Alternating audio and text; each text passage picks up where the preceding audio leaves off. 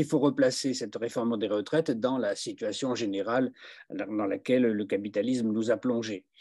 Parce que une attaque contre les futurs retraités, c'est en fait une attaque contre le travail, une attaque en règle, et cela a plusieurs dimensions. La première qui est évidente, c'est de faire travailler 2 ans de plus tout le monde, même ceux qui auront commencé à travailler tôt, puisque le décalage s'appliquera à eux aussi. Hein, si un jeune, quelqu'un qui a commencé à travailler à 18 ans plus 43 années de cotisation, ça va jusqu'à 61, mais il a 3 ans pour atteindre la borne de 64. Le jeune qui a commencé à 20 ans, 20 ans plus 43, ça fait 63, et il y a encore 1 an pour atteindre la nouvelle borne de 64 ans.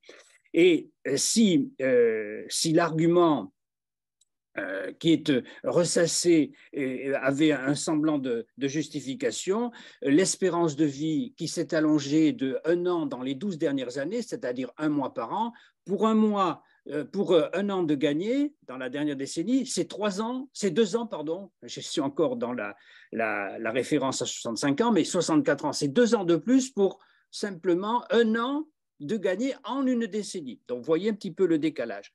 Et si l'argument de la baisse du nombre d'actifs par rapport au retraité était vraiment retenu, pourquoi faudrait-il faire travailler davantage ceux qui ont déjà un emploi alors qu'il y a plus de 5,5 millions de chômeurs?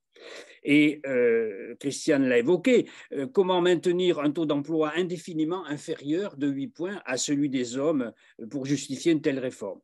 Et enfin, comment le recul, et c'est ça qui est assez hallucinant, que les citoyens doivent décortiquer, comment le recul de l'âge de la retraite peut-il créer en soi un seul emploi supplémentaire, sinon peut-être, comme c'est le cas en Allemagne d'ailleurs, qu'on nous vante beaucoup, sinon peut-être des emplois précaires, sous-payés ou à temps partiel. Et ça, donc, à cette première dimension, il y en a une autre qui s'ajoute et qui est encore plus sournoise, parce que, Christian l'a évoqué aussi, il y a une étude de l'adresse datant de 2021 qui nous dit que 57% des personnes seulement passent directement de l'emploi à la retraite. Ce qui veut dire que les autres connaissent au moins une année sans travail entre 50 et 67 ans, nous dit l'adresse. Et 16% des plus de 53 ans ne sont ni en emploi ni en retraite. Donc, il existe un sas de pauvreté dans lequel les seules ressources des individus sont soit le RSA ou soit une allocation d'invalidité, une fois que les allocations chômage se sont éteintes. Et la réforme des retraites, vous le savez, arrive après 2 réformes successives de l'assurance chômage qui va encore réduire les allocations et la durée de celles-ci. Et donc, il y a vraiment une cohérence, comme tu le disais, Vincent, il y a une cohérence entre les diverses réformes apportées au travail, sur le travail, qui sont complétées par cette réforme des retraites.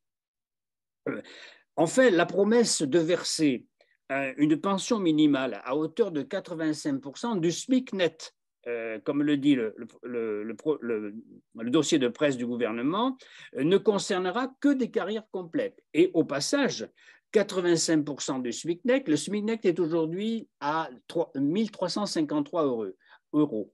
Et 85% de ce SMIC net, ça fait 1 150 euros pile. Donc, un petit mensonge de 50 euros dans la bouche de la Première ministre est un petit indice de la véracité qui entoure cette réforme.